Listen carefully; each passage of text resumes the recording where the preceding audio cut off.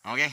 Okay, so maayong hapon no, hapon sa tanan no, ang amo ang isunod nga pisa karon usa ni siya katsatsa. Sa English pa suwe, ug sa Bisaya pa kinsira, ug sa Gupit pa kuno swab. Okay, so kini maong tukar hinungod sa atong mga kaigsuonang mahiligon musayaw ug atras abante.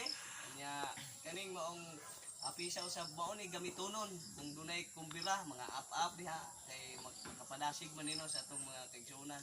Okay, so, karga na?